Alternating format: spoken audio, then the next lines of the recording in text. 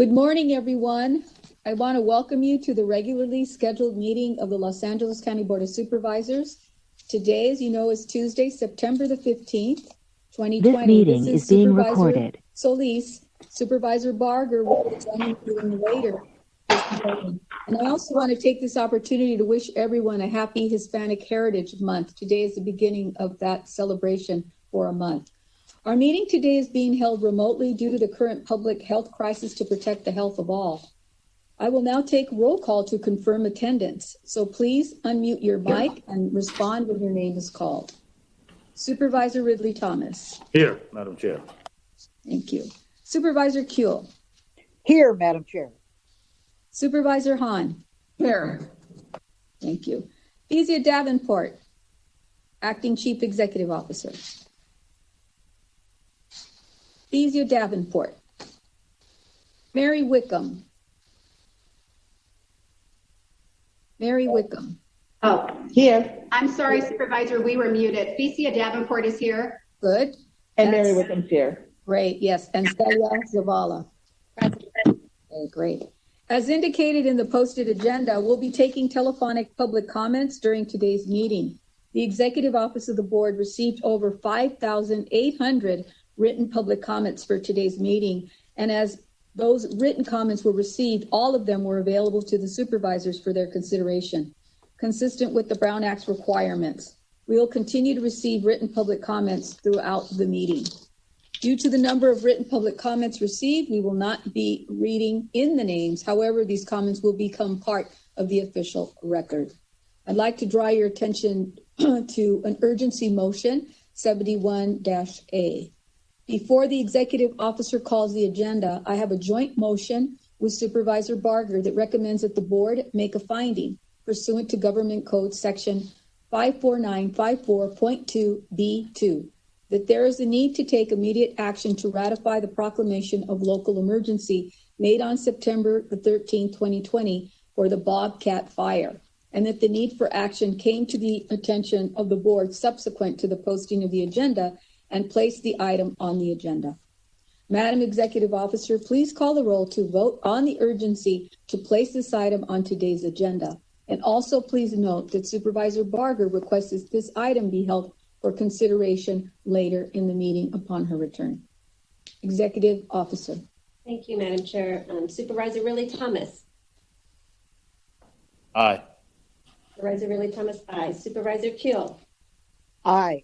Supervisor Kuehl, aye. Supervisor Hahn. Aye. Supervisor Hahn, aye. Supervisor Solis. Aye. Supervisor Solis, aye. Motion carries 4-0. 4-0. Thank you very much, members. Now, Madam Executive Officer, can you please call the agenda? Good morning, Madam Chair and members of the board. Today's agenda will begin on page 2, Set Matter, at 10:30 a.m. This item will be held for discussion. Item S1 is a discussion on the public health order related to COVID-19 as requested by the chair of the board. On page 3, Special District Agenda.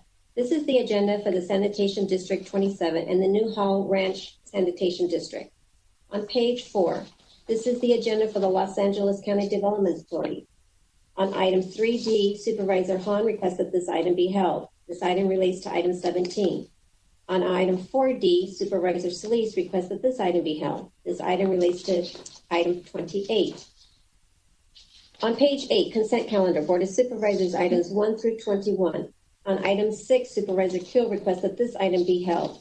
Also, items 6 and 12 will be taken up together. On item 7, this includes a revision as indicated on the supplemental agenda. On item 10, this includes a revision as indicated on the supplemental agenda. On item 12, Supervisor Ridley Thomas requests that this item be held. Also on item 12, this includes a revision as indicated on the supplemental agenda. On item 17, Supervisor Hahn requests that this item be held. This item relates to item 3D. On item 18, Supervisor Hahn requests that this item be held. Also on item 18, this includes a revision as indicated on the supplemental agenda. On item 19, Supervisor Hahn requests that this item be held.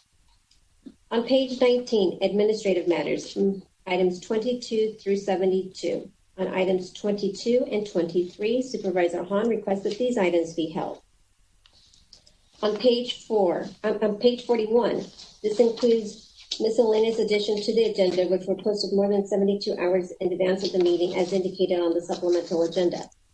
On item 70B, Supervisor Solis and Supervisor Barger would like to revise their motion to include in recommendation A, climate change, and what the impact would be on the county's energy resiliency as the county works to eliminate disproportionate health outcomes in communities of color and potentially eliminates one or more of its sources of local energy production. And revise recommendation 1C to add proposed policy mandating decarbonation. On item 70C, Supervisor Solis requests that this item be held. On item 70G, Supervisor Solis and Supervisor Hahn request that this item be held. The item for continuances or items to be referred back through items through 70H are before you. Okay. Moved without objection. Okay. On page 42, ordinance for introduction. Item 73 is an ordinance for introduction, amending County Code Title V, Personnel, by repealing Section 5.40.097. Item 74 is an ordinance for introduction, amending County Code Title VI, Salaries, relating to salary changes to suspend the general salary for management, appraisal, and performance plan Tier 1, and an add reference and notation to one salary table. Item 75 is an ordinance for introduction, amending County Code Title VI, Salaries, by adding, deleting, and or changing certain employee classification and number of ordinance position in various departments. Item 76 is an ordinance for introduction, amending the work pipeline franchise granted to Park Water Company to acknowledge a name change from Park Water Company to Liberty Utilities Corp. And extend the term for 15 years through November 27, 2035. Item 77 is an ordinance for introduction, amending the water pipe franchise granted to Suburban Water Systems to extend the term for 15 years through November 27, 2035. On page 47, notices of closed session. That completes the reading of the chair, Madam Chair. Okay, very good. Let's move on then. We'll now go to the telephonic public comments. And we will now take public comments for all agenda items. Madam Executive Officer, please read the call-in information that was also provided on the agenda and explain the speaking rules to those members of the public who are calling in to address the board. As indicated on the agenda, members of the public wishing to offer public comment should call 877-226-8163 and use participant code number 133-6503. To repeat, please call 877-226-8163 and use participant code number 133-6503. Do not call that number if you only want to listen to the meeting. To listen only, please call 877-873-8017 and follow the instructions. To members of the public calling in, when it's your turn to speak, please state your name and which agenda items you wish to speak on. You have 1 minute to speak on one agenda item or 2 minutes to speak on 2 or more agenda items. In addition, those who would like to address the board with general public comment will be provided 1 additional minute for a maximum total of up to 3 minutes per person for all agenda items, including general public comment. We will allocate up to 60 minutes for public comment on all of the items. If there are no speakers waiting before the 60 minutes have elapsed, we will close public comment. We will continue to accept all written comments that come in during the meeting, which will become part of the record. When speaking on the agenda items, you must be on topic. Our goal is to get through as many speakers as we can. If you're not speaking on topic, or if we cannot tell you're speaking on an agenda item, you will get 1 warning from County Council or the chair. If you do not immediately or clearly get on topic, or if you stray off topic again, you will forfeit the rest of your time and the chair will move to the next speaker. Please note that if you're also listening to the board meeting on a computer or speakerphone, you will need to turn down the volume on those devices as soon as the moderator calls on you. If you do not turn down the volume, there will be an echo. Mr. Moderator, may we have the first speaker, please? Thank you. As a reminder, to address the board, if you have not already done so, please press 1 then 0 at this time. Do not press 1 then 0 a second time, or you will be removed from the comments queue. Our first speaker is Nicole Brown. Please state the agenda item, and if you also are addressing the general public comment today, you may begin. Good morning. I am speaking on agendas 6, 15, 18, and general public comment. Good morning. My name is Nicole Brown, Senior Policy Associate with the Urban Peace Institute and member of Los Angeles Youth Uprising Coalition. I'm here today to express my support for agenda items 6, 15, and 18, and to bring some alarming findings to your attention related to the juvenile probation budget. I ask that you vote yes for agenda items 6 and 15. Your support will allow the county to stand on the right side of history on these important ballot measures. I also urge your support for agenda item 18 to establish the Jail Population Review Council. And I thank Supervisors Hahn and Ridley Thomas for bringing this motion. As one of the hundreds of stakeholders who worked hard on the ATI recommendations, I believe this is an important step to making this vision a reality, and it's very encouraging that the Review Council will adopt the ATI racial equity framework. The Maintaining a Reduced Jail Population Post-COVID-19 report is a great foundation for the Jail Population Review Council to work from, and I encourage your support on this motion. While agenda items 6, 15, and 18 are important steps towards accomplishing a Care First Jail Last vision, I'm very worried that we are leaving our young people behind. I know that I do not need to remind you that we are in a time of uprisings against the racial injustices of our criminal justice system, and we are also in dire economic times. In response, LAU's Uprising wrote 2 letters to the board to draw attention to the astronomical amount of money going to youth incarceration. Over the last 10 years, the Juvenile Institution Services Budget Unit has grown by 25% to a whopping $397 million last year. Meanwhile, the population of camps and halls fell by 70%. And like the jails, the population of detained youth reduced even further after COVID-19 to roughly 500 young people. We thank the board for making the commitment to keeping that reduction. However, after a long investigation to figure out how much money was allocated to juvenile institutions in June of this year, we were shocked to find that, despite cuts made by the CEO, this budget actually grew by over $1 million. Furthermore, probation is receiving an additional $57 million for capital projects, many to fix camps and halls. You now have 1 minute to address your general public comment. Please begin. Great, thank you. So we're still in my general public comment. So yes, thank you. So probation also is receiving an additional $57 million for capital projects to fix the camps and halls, while the Youth Justice Work Group is working to reimagine a new model where hopefully all of these outdated and punitive institutions will be shut down. I know that I'm not alone in feeling deep shock, outrage, and disappointment that these budget items, which are already bloated, continue to grow. Now, more than ever, we must move away from unjust status quo budgets. Instead, we need to invest in a future where all young people can thrive, regardless of their demographic background or the neighborhood they live in. I believe that each one of you does care about this, and I therefore urge you to immediately divest from the juvenile institutions and probation capital projects budgets in the September supplemental budget and invest in community-based youth development for a Care First future. Thank you. Thank you. Next speaker, please.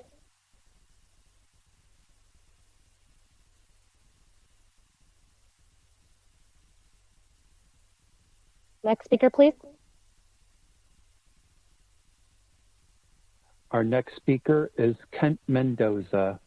Please state the agenda item, and also if you're addressing on general public comment today, you may begin. Hey, good morning, board. My name is Kent Mendoza. I'm with the Anti-Recidivism Coalition, and I'm here in support, speaking into, reiterating what the last person said and supporting what she said as well. But I'm here in support of item number 6, 15, and 18. These are all important steps to keeping up momentum on the Care First Jail Last vision, but we can, we can't leave our young people behind. I think that the main, what I want to say right here today is just, we really need to look at this juvenile institution and probation budget. I think that there's a lot of concerns on how we have been spending this money, and it's just I don't want to keep repeating the same stuff that you all already know and that what's happening. Just, now more than ever, we just really have to move away from the status quo system that perpetrate racism and invest in a future where, young people can really strive regardless of, where they come from and stuff like that. And I think I really just want to urge what my colleague said in the beginning, my friend from the same coalition, the Los Angeles Youth Uprising, to really look at the budget really carefully moving forward. I feel like we don't really think about how much, when you have a young person that, is in the system that hasn't been working at the age of 12, and he's in that system until he's 20 years of age. And if you guys don't look at how those years, that's almost a decade, that's all the money that we're literally putting on our youth, but not to help them and to really support them in the community.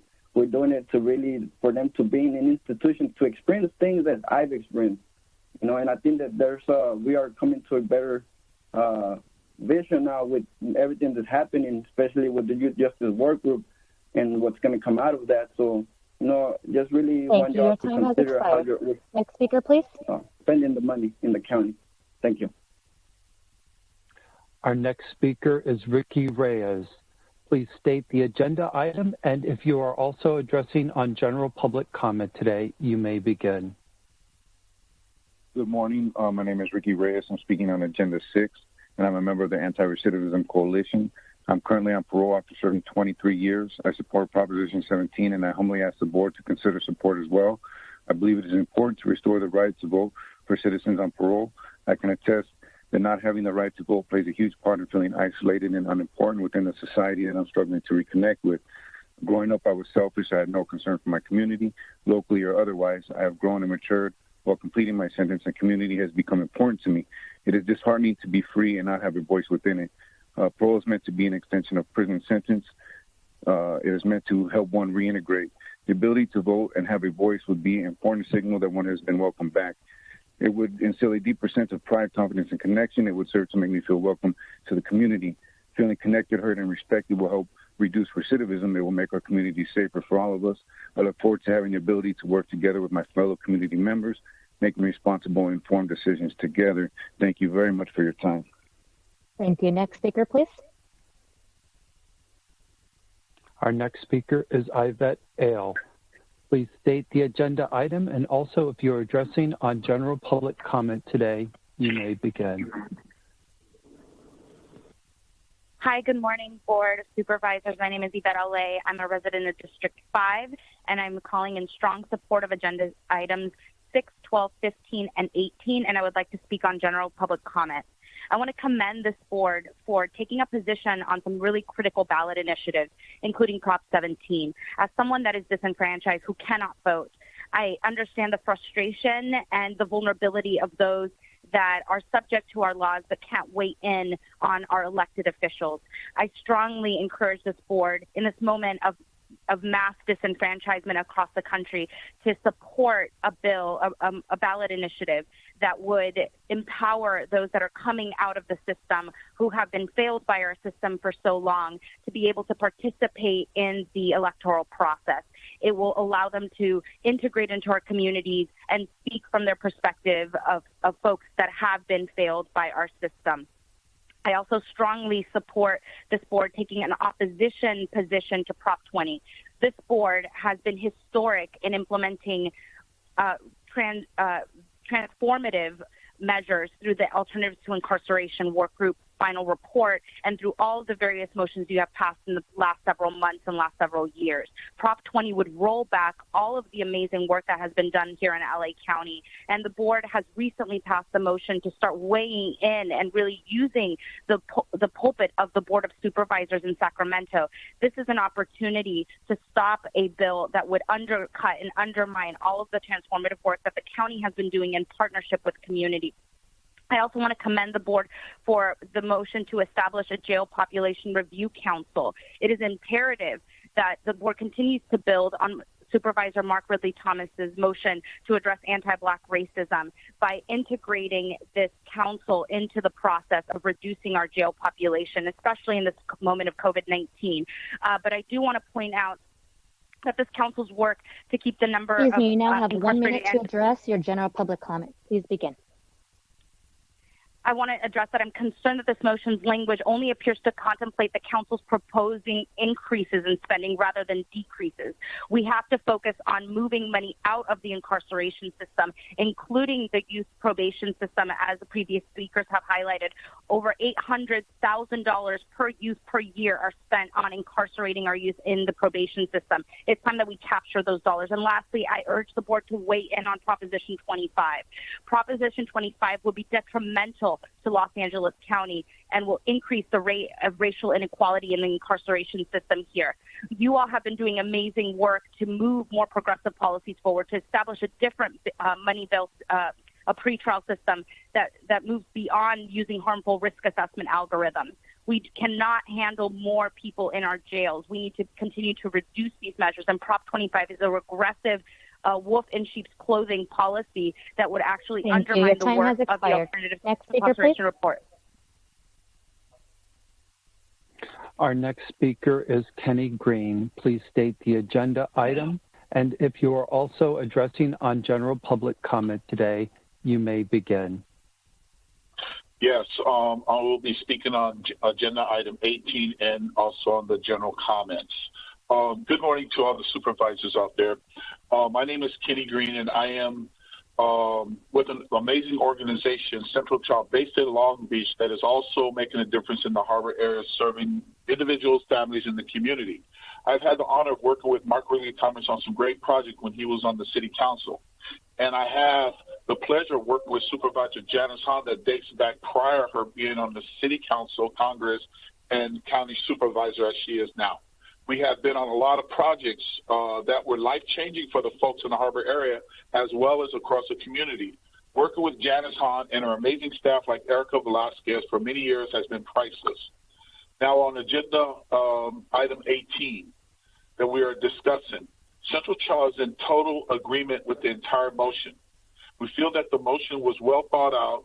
The motion has addressed the needs, and the 7 points listed here on this motion hits the point. From the framework, tracking, data collection, you now have 1 minute to address your general public comment. Please begin. From the framework, tracking, data collection, evaluating effectiveness, identifying the funding necessary for the needs, and hiring a person that is responsible for gathering everything for a full report. But also is included that this motion is very inclusive, having participation with all relevant stakeholders across the board that makes this even more legitimate with accountability.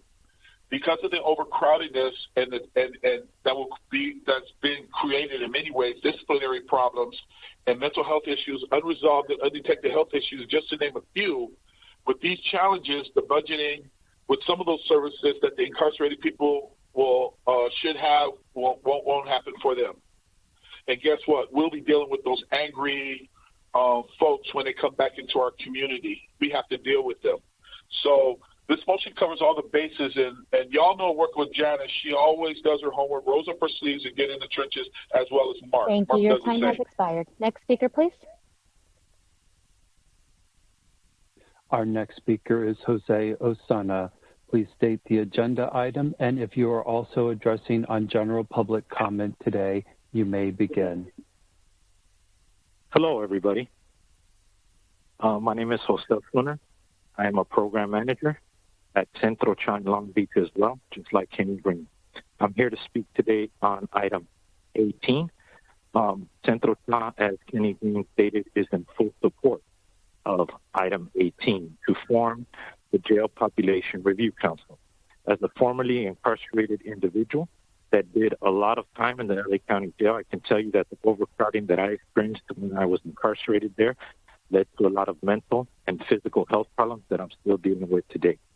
I think that this motion will put into place the beginning of a process that will begin to address those issues that still affect so many of the men and women that are incarcerated in our county jail system at this time.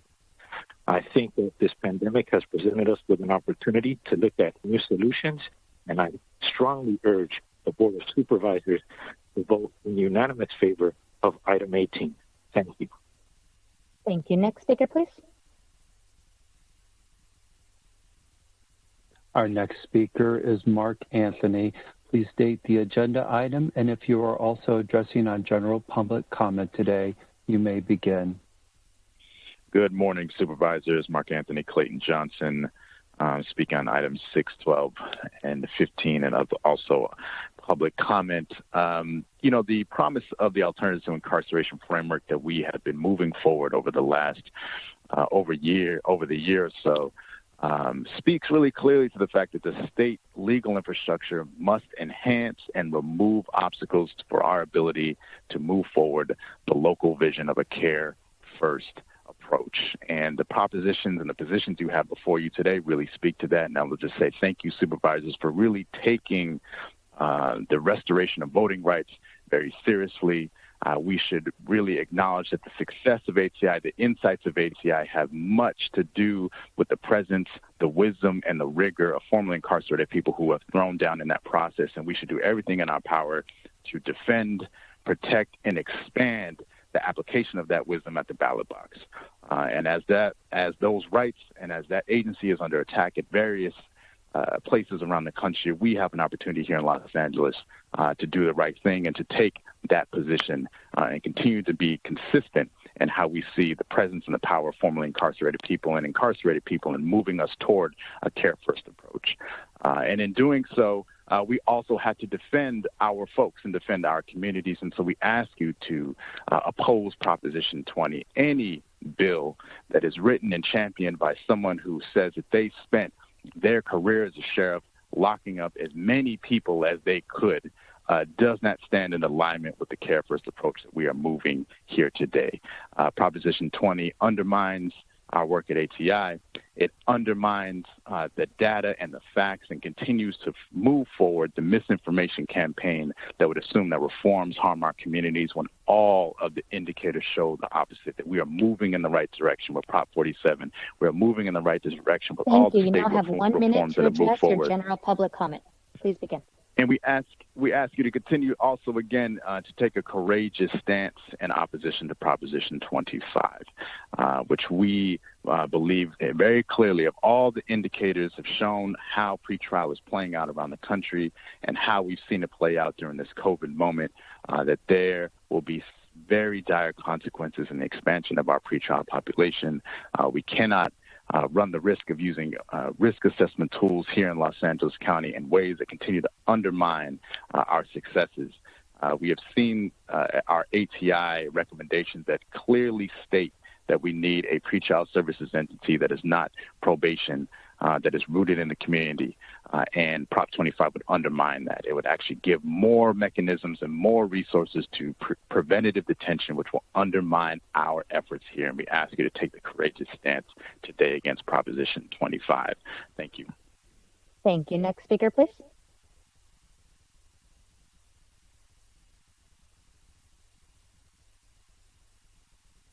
As a reminder to address the board, if you have not already done so, please press 1 then 0 at this time. Do not press 1 then 0 a second time, or you will be removed from the queue. Our next speaker is Melinda Kakani. Please state the agenda item, and if you are also addressing on general public comment today, you may begin. Hi, this is Melinda Kakani with Children's Defense Fund California. I'd like to speak on item number 18 and to give general public comment as well. First, thank you, Supervisors Hahn and Ridley Thomas, for turning a vision, a plan, an aspiration into reality. While we celebrate the reduction in the incarcerated population in LA County jails, the work is clearly not done.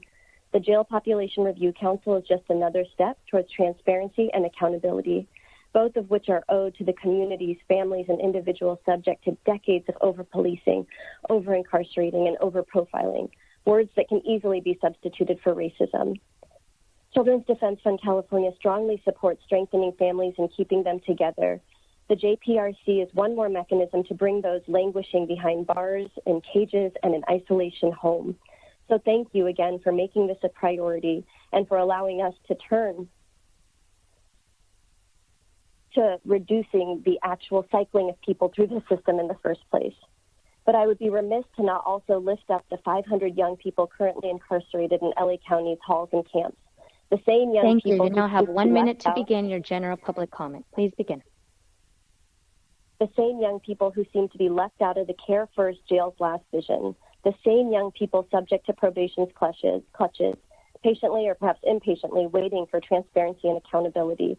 The same young people we will be spending over $398 million on to incarcerate, not to educate, not to develop, not to cultivate. I'm at a loss at how we are giving more money to probation for the 2020 to 2021 time period to incarcerate fewer young people than ever, when the youth incarcerated population has dropped by 30%. I implore each of you to take a closer look at the trauma and harm inflicted by incarcerating children and to stop throwing more money at it. These are the same young people who find themselves in LA County jails, and while probation doesn't keep track of that data, you should. Let's get these kids home to their families. The Youth Justice Workgroup recommendations will be shared soon, and thank you for creating that space. But now is the time to stop funding probation, a system flawed beyond repair, and invest in a model that sees Thank you. Your time has expired. Next speaker, please. Thank you. Our next speaker is Ozzy Lopez. Please state the agenda item, and if you are also addressing on general public comment today, you may begin. Good morning, members of the board. I'm speaking on item number 4. 4D, the third and Dangler Affordable Housing Project. This is a 78-unit affordable housing, which 39 will be permanent supportive units. To assist the current crisis that we're facing in Los Angeles County and throughout the country, East Los Angeles is continuing to be disenfranchised and people are being uprooted because of inaffordability and the inability to pay their rents. This particular project, accessing the funds to complete this project, will provide people that have called East Los Angeles home for decades and decades to be able to remain in their homes. So although it doesn't solve the problem, it does mitigate a step that's very necessary to ensure that people in our communities are able to live with dignity and be able to rent homes that are affordable, to take care of their families, and to ensure that they preserve their livelihoods. So once again, I ask that you support item 4D. Thank you very much. Thank you. Next speaker, please. Our next speaker is Eunice Hernandez. Please state the agenda item, and if you are also addressing on general public comment today, you may begin. Hello, good morning, supervisors and honorable chairwoman. My name is Eunice Hernandez. I'm the co-executive director of La Defensa and also a member of the Justice LA Coalition and a resident of the 1st District. I am calling in support of items 12, 15, 16, items 6, 12, 15, and 18, and I also like to give public comment, and also 7DC. I strongly support these agenda items. You know, for far too long, folks have been disenfranchised and have not been able to become civically engaged because of all the barriers and impact of being incarcerated in the carceral system. They have no ability to contribute on electoral outcomes, but we've seen that when folks who have been directly impacted have been given space, power, and leadership, you know, things like the ATI report come to life.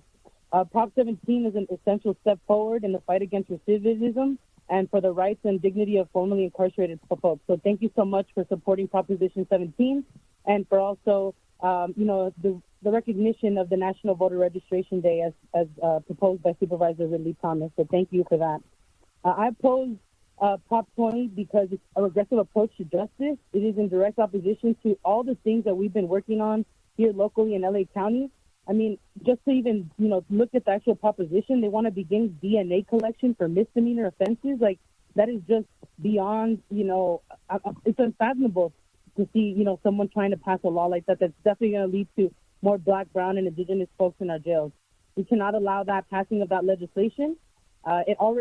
Just to even imagine, like, how much money it would also siphon in, it would add over $2.3 billion to the carceral spending in California by 2025. So not only is it, ridiculous in the policy, but also it's fiscally irresponsible. And it seeks to undermine all the transformative work and hard work that we've done over the years, not only in the community, but also you, Board of Supervisors. Thank you. You now have 1 minute to address your general public comment. Please begin. Thank you. And agenda item 18, establishing the Jail Population Review Council. I am in agreement with everyone bringing up the focus around youth and including them in this piece. It's important because of how much money probation sucks in from, having, young people under them. So while the council's work to keep the number of incarcerated Angelenos is essential, I'm concerned that the motion's language only appears to contemplate the council proposing increases in spending rather than decreases. And I can tell you, after being in the room around the group that's planning to close down MCJ and the work group that's working at AB 109 budget reassessment, that without community there, these conversations would be going nowhere in the direction towards care first. Also, I urge the board to oppose Prop 25. It would increase, it's already increased probation budgets, and it would siphon people who are legally innocent, who haven't been convicted, under the supervision of probation. And judges already have an extreme amount of power and discretion. Prop 25 only expands that, and it cements the use of racist. Thank you. Your time has expired. Next speaker, please. Our next speaker is Lucia Pierre. Please state the agenda item, and if you are also addressing on general public comment today, you may begin. Hi, yeah, I would like to address agenda items 6, 12, 15, 18, and speak on general public comment. My name is Lucia Pierre. I'm a resident of District 3. Hi, Sheila Kuehl. And I just want to say that the state propositions you're considering today hold incredibly high stakes for California's relationship to and reliance on incarceration. And just to say, I'm not someone who has been directly impacted by the violence of our carceral system. I'm a white woman who was afforded so much support, so many opportunities, and so many passes. The system hasn't failed me, and that's exactly the problem that we're talking about today. The draconian rollbacks of Prop 20 and the progress of Prop 17 are linked to the devastatingly disproportionate impact of incarceration and disenfranchisement on BIPOC and poor communities. It is imperative that the board oppose Proposition 20 and support Proposition 17 in keeping with your commitment to community care, safety, and empowerment. And I'm so disappointed that there's no motion today addressing Proposition 25. And I call on the board to quickly and publicly declare opposition to Prop 25. This is especially important because of the deliberately confusing messaging of this proposition. The enticing promise of ending cash bail cloaks the racist and harmful system of risk assessment algorithms. As Yvette Allais said earlier, it's a wolf in sheep's clothing proposition. It will increase pretrial detention across the state, including in LA County, and exacerbate the racial disparities in our carceral system. Prop 25 also directs funds toward probation departments, which is unbelievable, expanding law enforcement across the state at precisely the moment we are seeking to build better and more humane alternatives. Proposition 25 is in direct opposition to the courageous work of this board to move us all toward alternatives to incarceration. And thank you. You now have your 1 minute to address general public comment. Please begin. Okay, I'll just say my last point again. Proposition 25 is in direct opposition to the courageous work of this board to move us all towards alternatives to incarceration and a system that truly does put care first. You must take the necessary step of opposing this proposition, and I look forward to seeing a motion that does so soon. Thank you. I yield my time. Thank you. Next speaker, please. As a reminder to address the board, if you have not already done so, please press 1 then 0. Do not press 1 then 0 a second time, or you will be removed from queue. Our next speaker is Efrain Ortiz.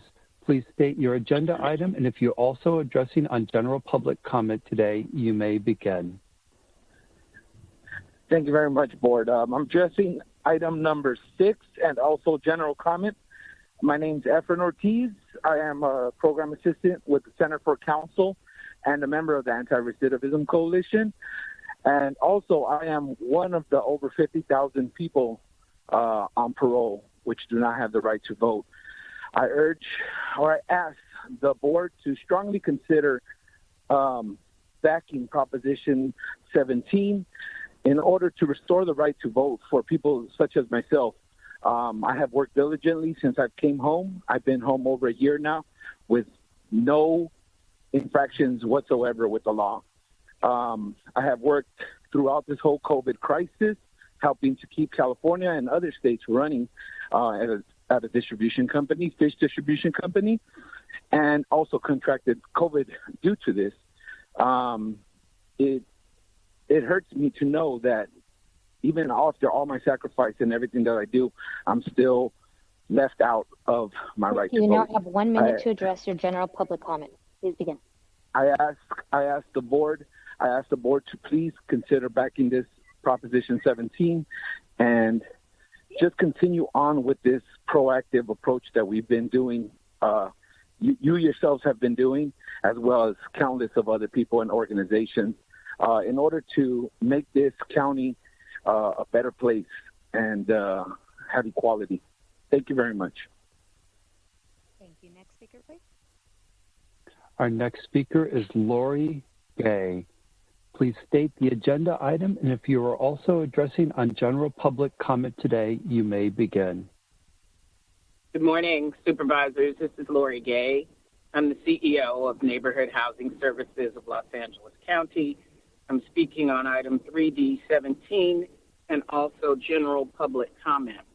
I want to thank Supervisor Hahn for putting forward this motion relative to foreclosure prevention and mortgage relief, and also to Supervisor Solis for seconding the motion and having your staff work so closely with us to try to make sure that families who have not been cared for yet during this crisis are cared for.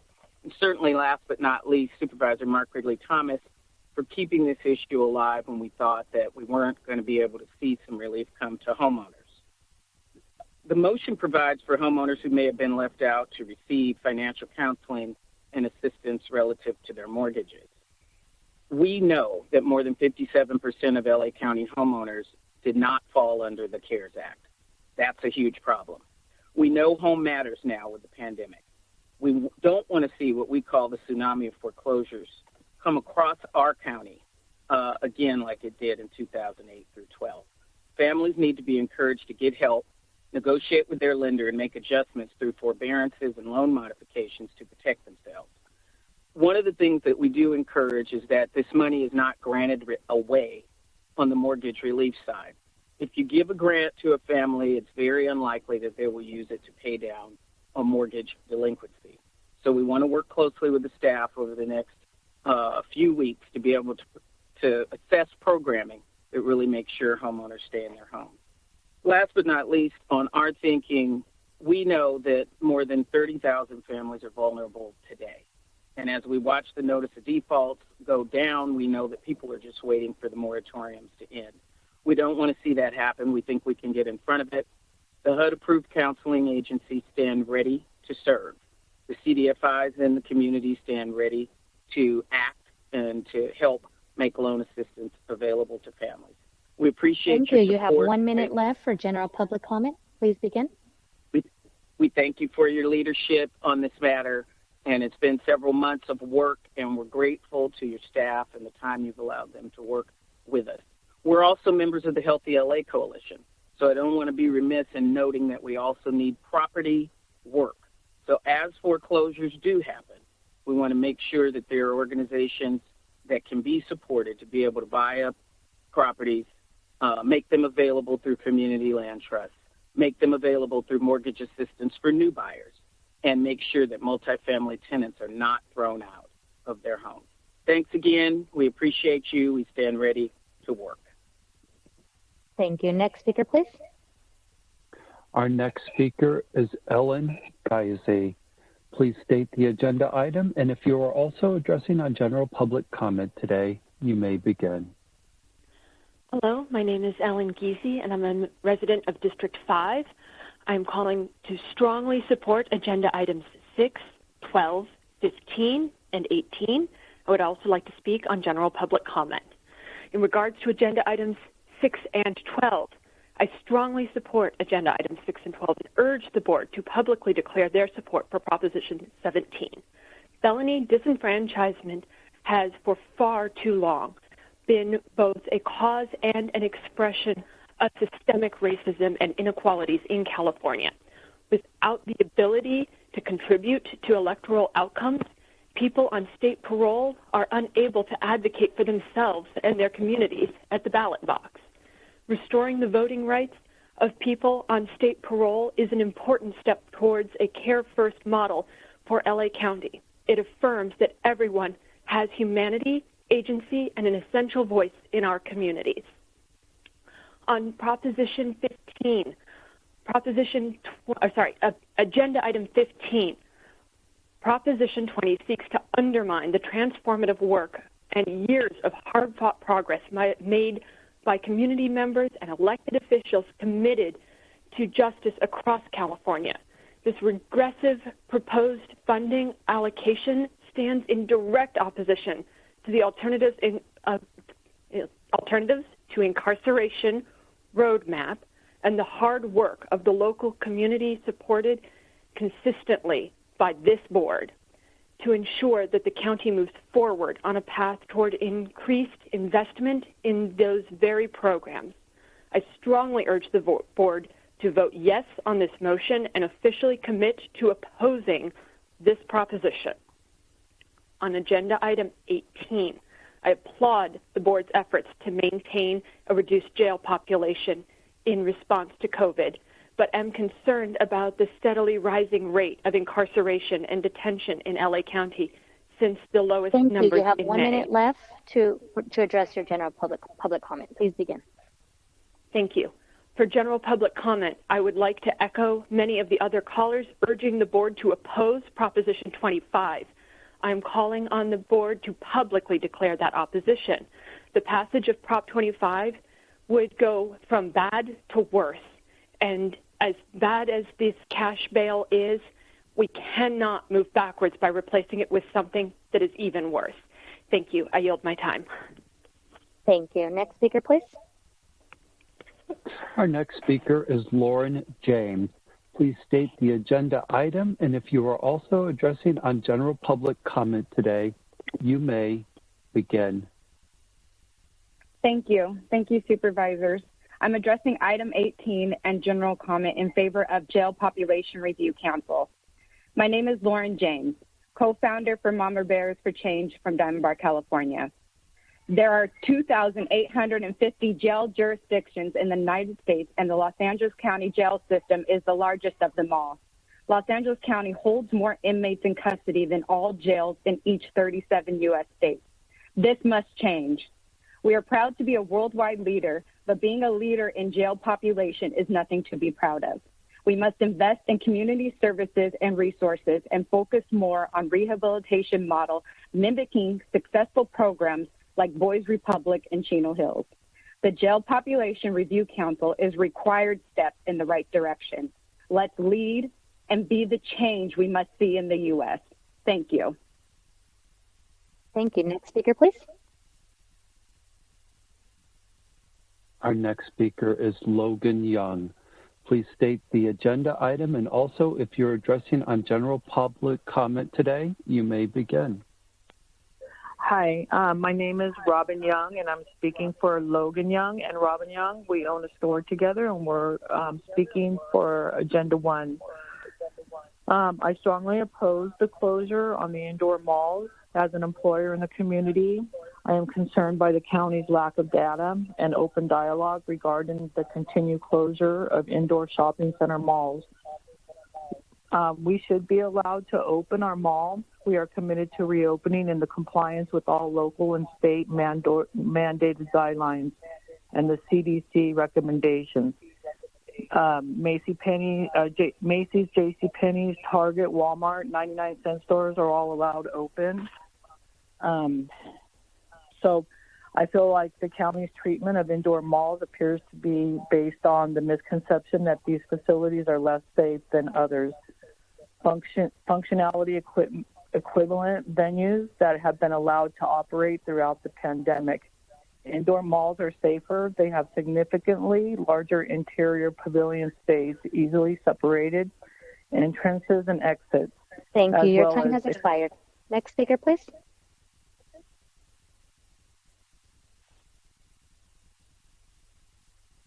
Our next speaker is Julie Sanchez. Please state the agenda item, and also if you're addressing general public comment today, you may begin.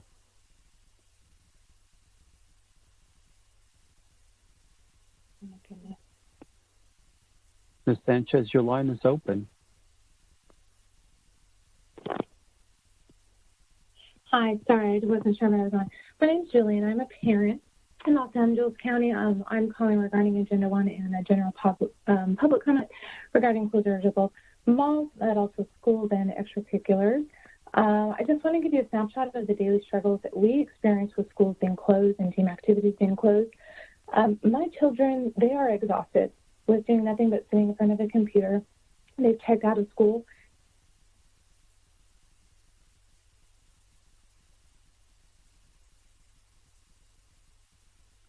And social connection. But again, this has been replaced with nothing but sitting in front of a computer. The irony is that our dance schools and our team gymnastics sit next to a sweat spa and a beauty salon, both of which are open, have closer contact, smaller spaces, and older clientele. But our facilities are not allowed to be open. Dance, education, sports. This does not make any sense. This also goes for the mall. Our kids are depressed. They're not learning. They're anxious. They're acting out. They are desperate for social connection and attention. It is leading to harming self and others. Thank you. You now have 1 minute left to address your general public comments. Please begin. Thank you. So as we're speaking today about how to reduce jail populations, let's start with talking about prevention. Schools and extracurricular activities can follow the same daycare guidelines, including temperature checks, social distancing, reduced capacity, in order to offer safe education and safe courses. Education, music, dance, team sports are all correlated to respecting others, independence, and staying out of prison. I ask that as we're talking about reopening, we consider the families that you represent, the children that you represent who are struggling. And I support you moving towards reopening schools and after-school curriculars that help to build independence. Thank you. Thank you. Next speaker, please. As a reminder to address the board, if you have not already done so, please press 1 then 0 at this time. Do not press 1 then 0 a second time or you will be removed from the queue. Our next speaker is Mike Williams. Please state the agenda item, and if you are also addressing on general public comment today, you may begin. Good morning, ladies and gentlemen. I'm speaking today on item 18 in general comments. My name is Mike Williams. I'm a resident of Hacienda Heights, and I remain involved in my community activities and challenges. I want to congratulate you on reducing the daily average incarceration in L.A. County jails, a project of at least 16 entities within the county working together with positive results is really great. The 77-page report released on August the 9th, 2020 was very interesting reading. Of particular interest was the plan to maintain and reduce the jail population and the attending global recommendations. As a non-law enforcement resident, I found the report educational. I was made aware of problems I was not familiar with. I support and encourage the Board of Supervisors to adopt the motion establishing the Jail Population Review Council, item 18 on today's agenda. Thank you for the opportunity to provide input to the governing body of Los Angeles County. Thank you. Thank you. Next speaker, please. Our next speaker is Rhonda McMillan. Please state the agenda item, and if also addressing on general public comment today, you may begin. Good morning. My name is Rhonda McMillan, and I'm speaking on behalf of Neighborhood Housing Services of Los Angeles County on item 3D17, foreclosure prevention and mortgage assistance. We are grateful for the proposed commitment to mortgage relief and financial counseling for low to moderate income homeowners, and we thank Supervisors Hahn and Solis for the proposed motion and Supervisor Ridley Thomas for remaining engaged on items and issues that impact local homeowners during the pandemic. A special thank you to the staff of Districts 1 and 4 for their hands-on support. There are more than 4.4 million families at risk of being homeless. This funding will make the difference between being at home and being on the street for homeowners. Only 57% of the mortgage holders in Los Angeles County were eligible for CARES Act funding, and less than that number utilized the funding available. Mom and pop landlords used even less of the funding that might have been available because they were unaware or weren't sure how to access it or thought it might not be for them. We look forward to our continued partnership with the county and the departments Thank you. of Your time has DCBA expired. and CEO. Next speaker, please. Our next speaker is Joe Diaz. Please state the agenda item, and if you are also addressing on general public comment today, you may begin. Thank you very much. Good morning, Board of Supervisors. I'm addressing item number 19 on the agenda. I want to personally thank, on behalf of the California Association of Health Facilities, the board and their vision and their pioneering effort to prioritize the distribution of vaccine to address the COVID-19 epidemic, especially focusing on public issues that relate to the treatment and hopefully solution for the most frail and vulnerable of our population, and that is our nursing home residents. We represent about 400 of nursing homes in Los Angeles, and as an association who has been around for over 60 years, this has been the worst threat that has impacted our communities. Hopefully, if the resolution is approved, we will be able to have the opportunity to adequately and timely meet the needs to protect our frail and elderly in Los Angeles County. Thank you. Your time has expired. Next speaker, please. Our next speaker is Kelly Quinlan. Please state the agenda item, and if you are also addressing on general public comment today, you may begin. Yes, I'm speaking on agenda item S1 and also a public comment. I am a business owner of a karate school, and we have been closed for over 6 months now. We were able to open for 2.5 weeks at the end of June and beginning of July. And at that time, we implemented every safety precaution possible. We had 11 by 11 foot squares marked off. We had absolutely no contact, just drills. Everyone wore a mask. We have every type of hand sanitizer available. No one is touching anything. They keep it all on their spot, on the mat. And they're not, if they use the restroom, which we've advised them to go before they get there, we will sanitize immediately after. It worked out perfectly. We also had people carrying a bandana with them so that if they had to cough or sneeze, they would. Thank you. You have 1 minute left to address your general public comment. Please begin. To prevent the spread. I'm just asking that you really reconsider the closing of sports for youth. It is necessary, and I'm just asking that. Thank you very much. Bye-bye. Thank you. Next speaker, please. Our next speaker will be Kruti Parekh. Please state the agenda item, and if you are also addressing on general public comment today, you may begin. Hi, good morning, Board of Supervisors. Thank you so much for having a public engagement meeting. I am calling regarding items 6, 12, 15, 18, and 32. I am in favor of all of them and would also like to speak on public comment. I echo a lot of what has already been said, so I will not say it again. I think that this is a moment, 2020 is the year of exposing the decades and centuries of classism and racism that plays out in our communities. Now more than ever, people do not have stable housing. They don't have basic needs. And we're continuing to look at spending an exorbitant amount of money on things that we just don't need anymore. If we look at our, so just really want to push for the Care First budget, we want to make sure that your Care First, jails last. I am a part of the Los Angeles Youth Uprising Coalition that's really looking at mobilizing young people in the youth justice work group space to continue to push for no more costs to probation. Probation has failed again and again. As speakers before me have stated, we're spending approximately $800,000 per year to incarcerate one young person, which basically means we're protecting probation salaries. We're protecting probation jobs. And in this moment where your residents don't have safe housing and young people don't have safe places to develop, they do not have jobs, they do not have youth centers, they do not have peace builders or credible messengers to support them with issues that come up in their lives, this is a moment where we continue to urge you to please take a careful look at your budget.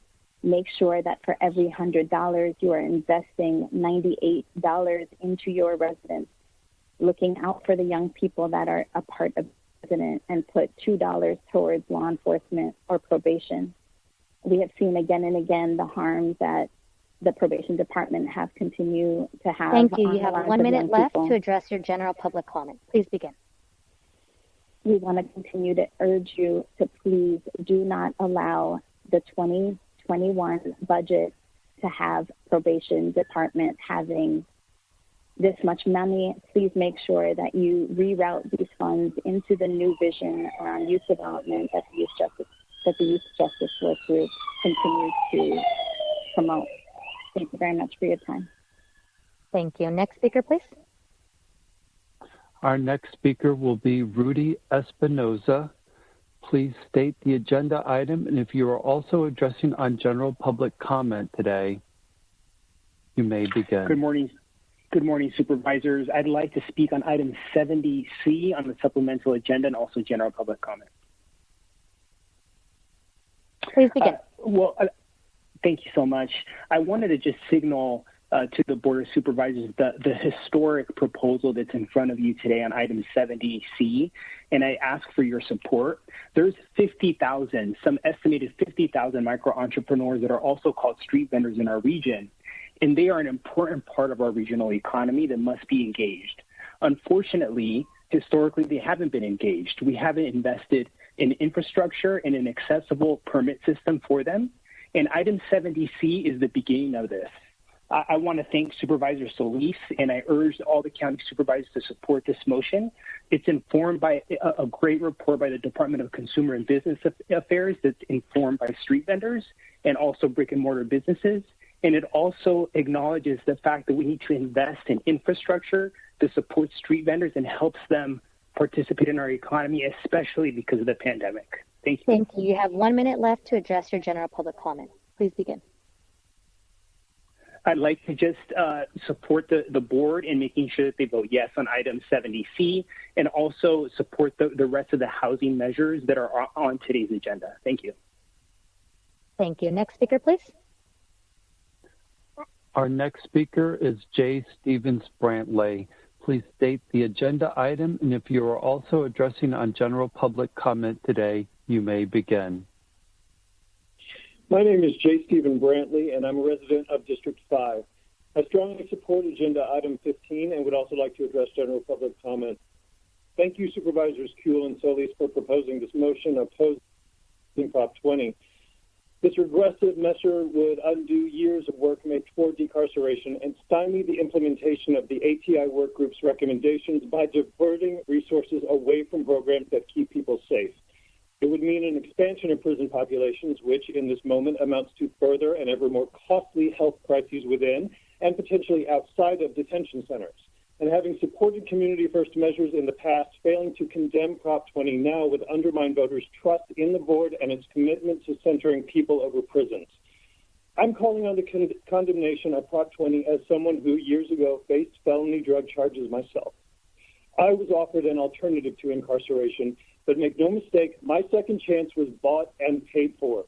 Too many young Californians who would be helped by treatment are instead sacrificed to a system that profits from their being caged because they lack the privilege and resources that I have. Thank you. You have 1 minute left for your general public comment. Please begin. Thank you. I also call on the board to draft a motion declaring their opposition to Proposition 25. While Prop 25 supports the much-needed elimination of cash bail, it also proposes the employment of statistical algorithms to determine an offender's likelihood of reoffense. Assuming such sci-fi methodology can be effectively implemented, it would only replace a system that criminalizes poverty and thereby disproportionately negatively impacts communities of color with a system of organized harassment. Cities where such programs have been tried have seen more incarceration, not less, and further reinforcement of racial disparities within their criminal systems. Failing to condemn Prop 25 would undermine the board's commitment to a Care First agenda and go against the recommendations of the ATI report. Thank you. Thank you. Next speaker, please. As a reminder to address the board, if you have not already done so, please press 1, then 0 at this time. Do not press 1, then 0 a second time, or you will be removed from the queue. Our next speaker is Keith Sharp. Please state the agenda item, and if you are also addressing on general public comment today, you may begin. Good morning, Board. My name is Keith Sharp. I am with Hawaiian Gardens Casino, the proud employer of 2,000 employees in the 4th District. I'm speaking on item S1, and with respect to public comment, I'm today requesting that the Board support the reopening of card rooms for outdoor gaming now. I first want to thank Supervisor Solis for her public statement in which she recognized the need to balance the importance of stopping COVID-19 with the need to get people back to work who cannot work from home and to get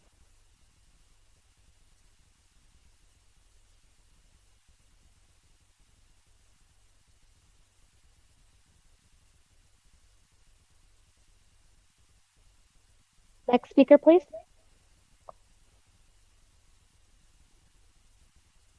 Our last speaker is Fal Suk.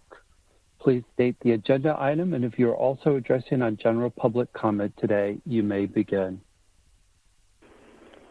Hey, good morning. Speaking on items 6, 15, and 18. Also taking up general public comment. Just want to encourage this board to think about a poker game as an analogy. This board has been very invested in going forward with a plan to decarcerate and a plan to support our communities and to love on our folks and to love on our young people. I say poker because now is not the time to fold. Now is not the time to turn your hand in and say, I quit. Now it's the time to press forward and keep on going because that hand is going to win. And when the hand wins, we're not going to need a bunch of police in the streets anymore. I speak from that from my experience. As I've said many, many times again and again to this board, as a young person, without the supports that I needed, as somebody that had just lost a parent and essentially became parentless, when I opened my door, there was nothing but cops, badges, and firearms, because that's what was invested in. And so think of the hundreds of thousands of dollars that were spent to incarcerate me, to put me into a system, to take me away from a college education, to put me in the halls and camps, to send me to the state prison system for well over a decade. I would say a decade and a half. These are the things to think about. These are the consequences. If, on the other hand, if the county and society overall have been supporting me, providing me with the things I needed, like folks have been mentioning earlier, youth centers, youth jobs, peace builders in the community, folks that want to reach out to me and talk to me when I was in that time of need, what would have been the outcome of my life and what would have been the outcome of the harm that I caused within the communities. Those concrete boxes filled with rebar that takes 30 years to dry didn't help me for a damn thing.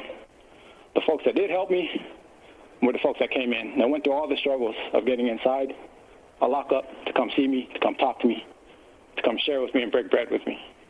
That's what makes a difference. People help Thank you. people. You have 1 minute left to address general public comment. Please begin.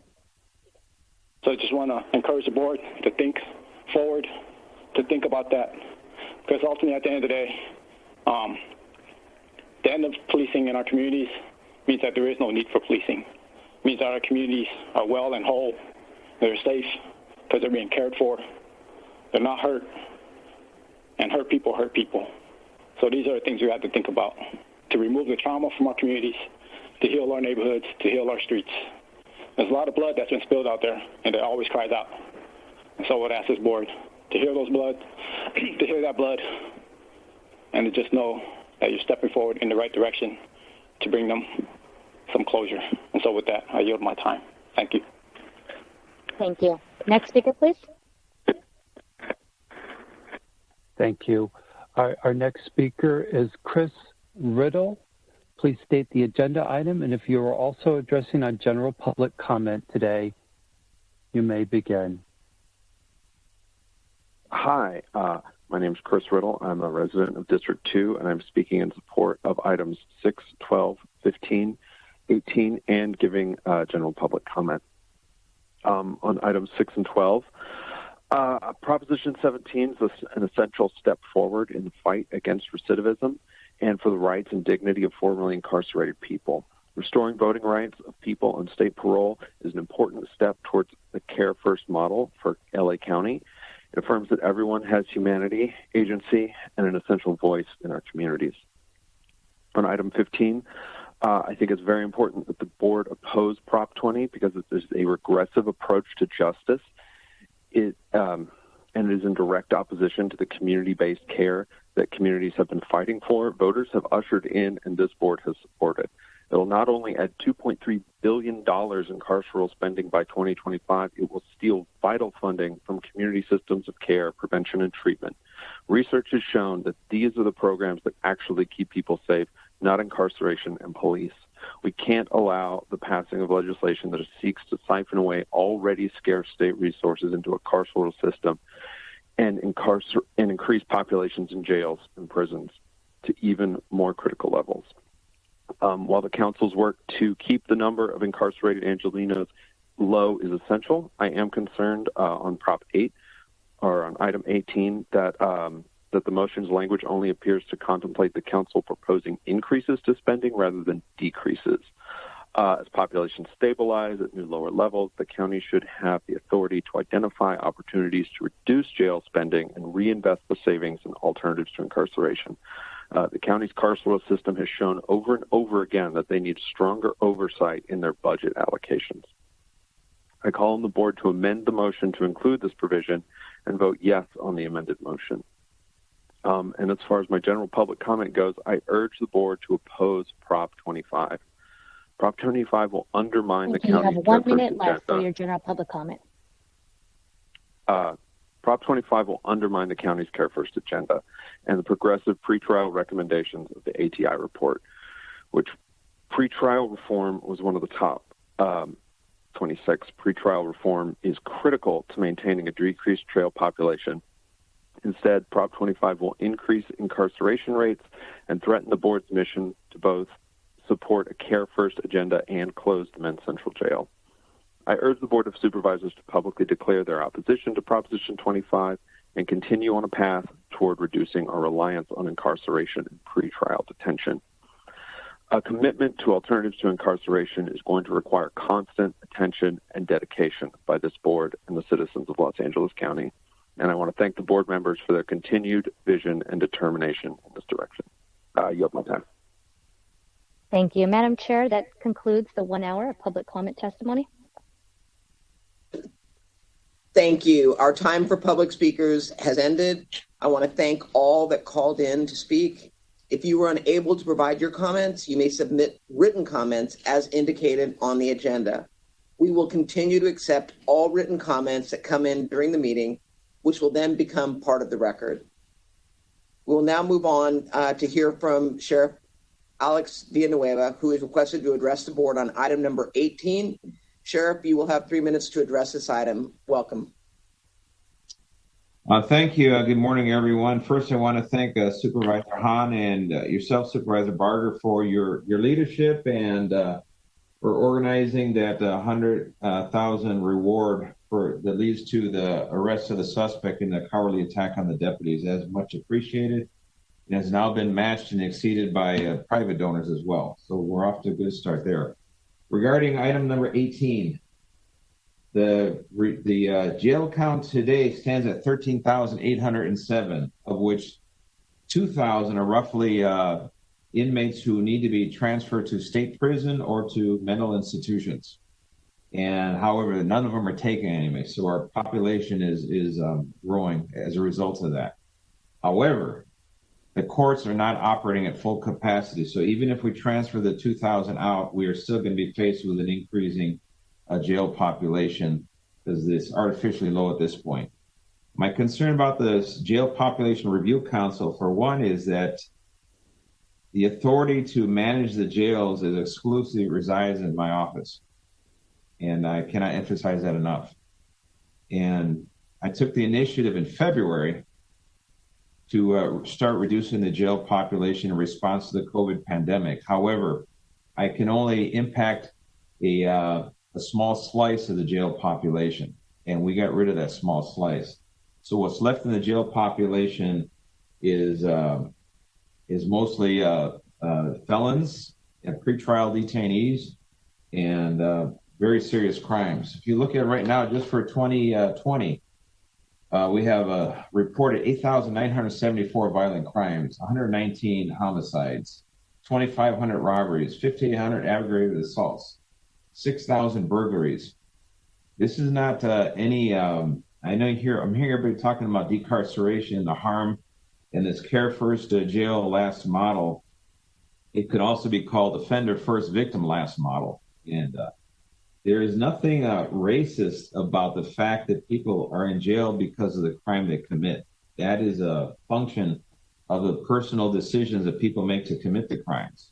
And we're only the people that are left with the legal obligation to hold people in custody while their case is being tried in court, or if it's an AB 109, a sentence. In fact, misdemeanor sentences in the county jail are almost non-existent at this point. So all that's left are felonies.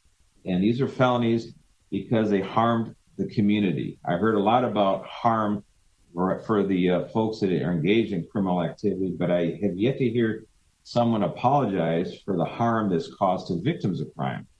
That needs to be the top priority for the county, and it is for the community, the harm that's caused to victims of crime. And this Population Review Council, it looks nothing more than a veiled attempt to usurp the authority of the sheriff and to do my job. The reason we're able to depopulate by 5,000 inmates because I was doing my job. And I work with a criminal justice partners, that's a district attorney, that's a public defender, alternative public defender, the presiding judge of the Superior Courts, Kenneth Brazil, Sam Oda of the Criminal Court Division. We work together, and we work very, very well together. And recognize that you cannot form a council of all these people, well-intended as it may be, and somehow that's going to dictate or manage the population of the jail. It's a function of the crime that happens on the street. Sheriff, can you wrap it up, please? Yeah, so in other words, let's focus on having people commit less crime, and we're going to be able to reduce the jail population. And I'll leave it at that. So thank you again. Thank you, Sheriff Villanueva. And we just want to say that our thoughts and prayers are with the two deputies and the entire county family, especially those in the Sheriff's Department, regarding this very difficult time with your two deputies still hospitalized. So our thoughts and prayers. And thank you for your comments. Thank you. With that, thank you. With that, we are going to, today we're going to begin with the set item S1, and then items 3D and 17, which are related to item 4D and 28, also related, followed by items 6 and 12, which will be taken up together, followed by items 18, 19, 22, 23, 70C, and then finishing with item 70G. But prior to doing that, Madam Executive Officer, please indicate the agenda item numbers on which we will be voting today. Thank you, Madam Chair. The following items are before you. SD1, 1D, 2D, 5D through 8D, 1 through 5, 7 through 11, 13, 14, 15, Supervisor Barger votes no, 16, 20, 21, 24 through 27, 29 through 69, 70A, 70B as revised, 70D through 70F, 70H, 77 through 73 through 77 are before you. That will be moved by Supervisor Hahn, seconded by Supervisor Solis to approve these items with the exceptions noted. Madam Executive Officer, please call the roll. Supervisor Solis? Supervisor Solis? Supervisor Riley Thomas? Aye.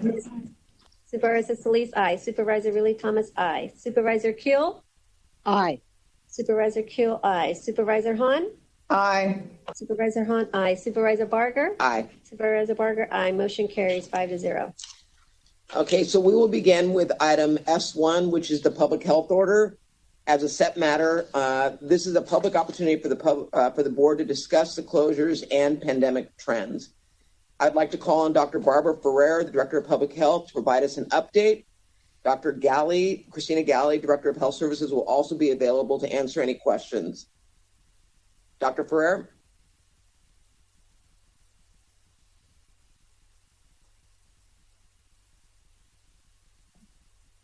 Is Dr. Ferrer on the line?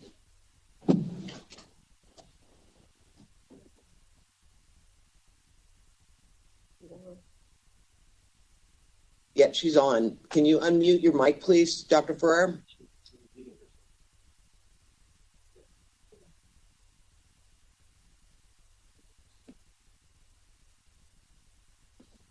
Dr. Ferrer, you may begin speaking.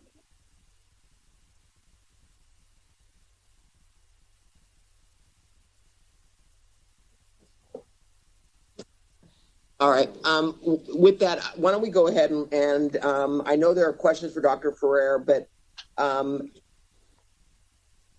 we're trying to get the technical difficulties. Is Dr. Galley on? Does Dr. Galley like to say a few words? Okay, Dr. Galley, would you like to say any remarks regarding the item today? Hi, Supervisors. Good morning. Thank you for the chance to address the board.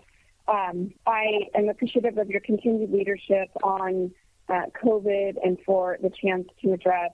Well, as you know, over the past several weeks, we've seen a decline in the volume of COVID-19 cases across Los Angeles County.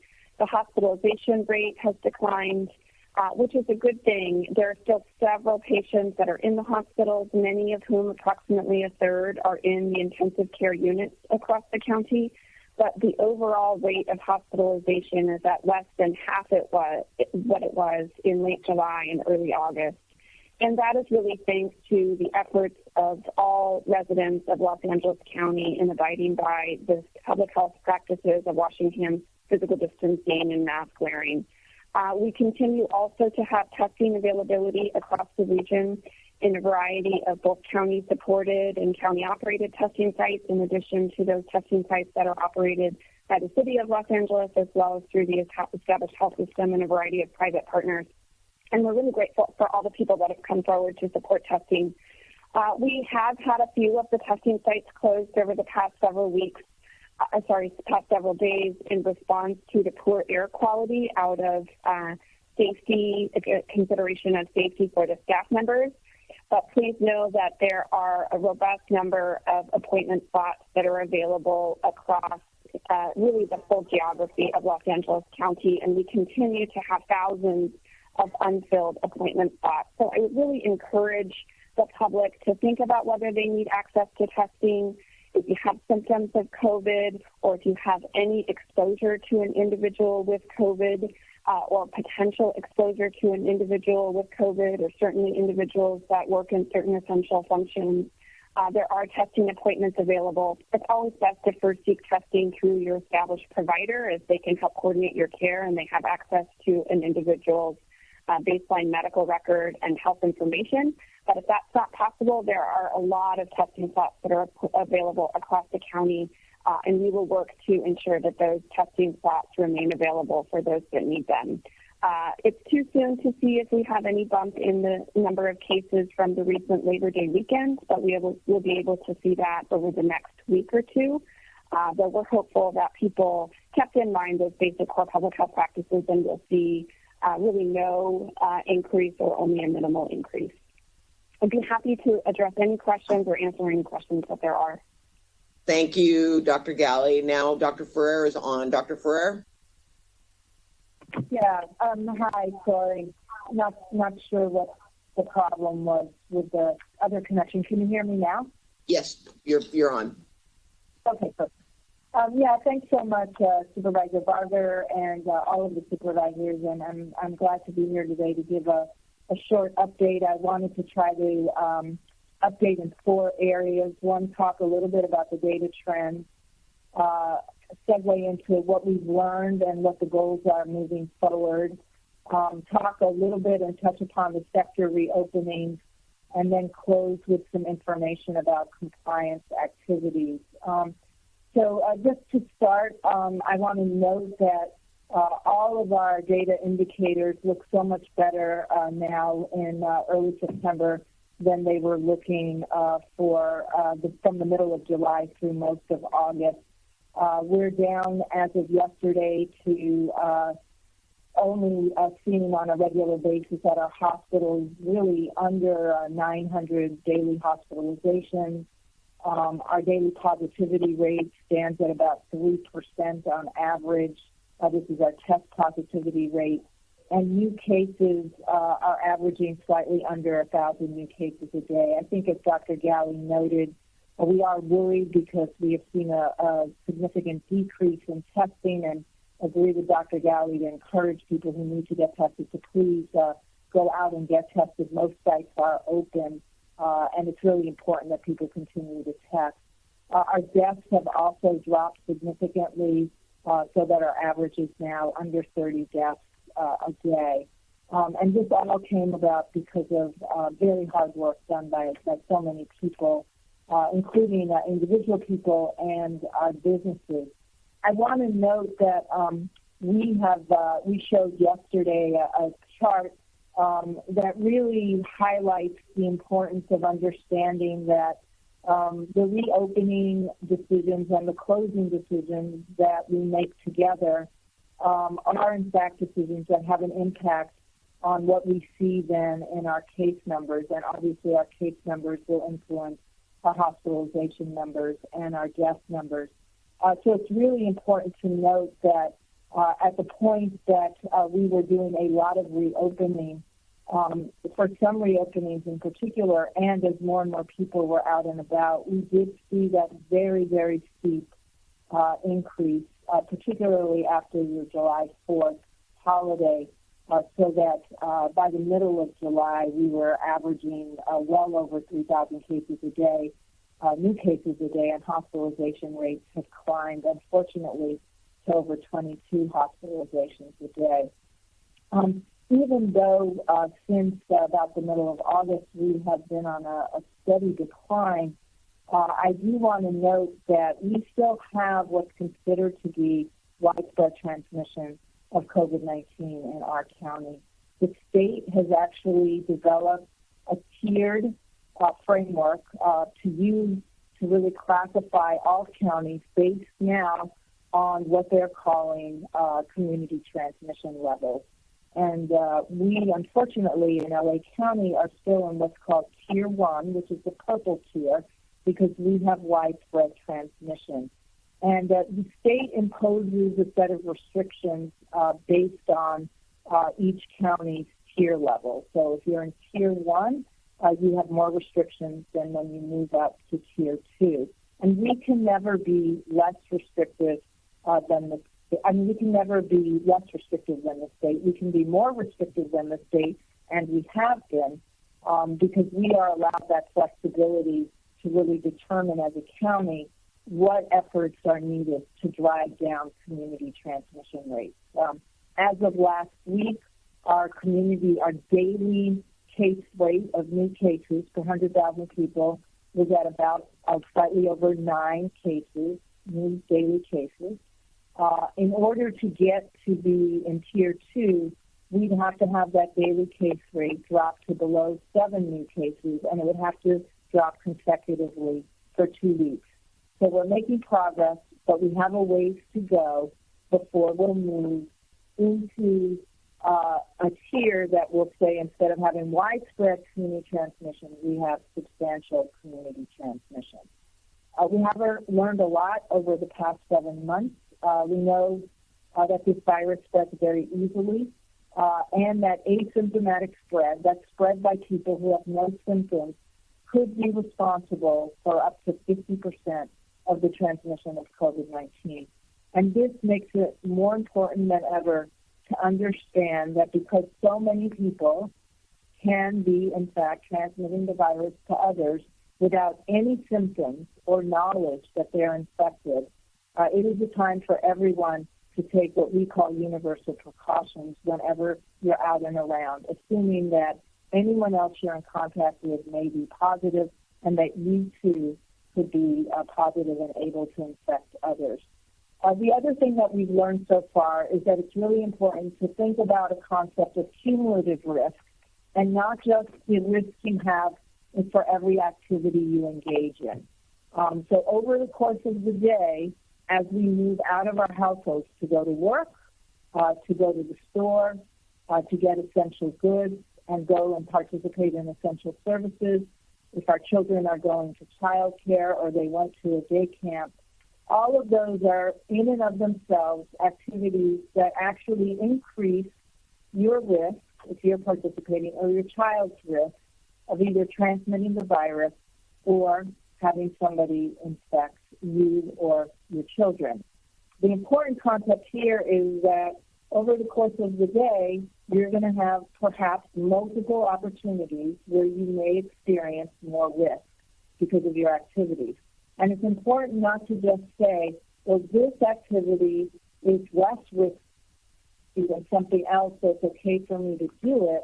It's much more important to think, how many different exposures am I having over the course of the day, and which of those exposures is most important for me to continue to do. And I say that because we all know the most important things right now, and it heads to sort of our goal, is to be able to get more children back to school and more people back to work, and to use our emerging science and the tools that we have at hand to be able to slow the spread and reduce community transmission.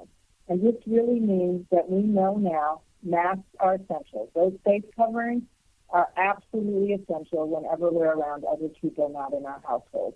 Distancing, the further we are away from each other, even with our face coverings, the better off we're going to be.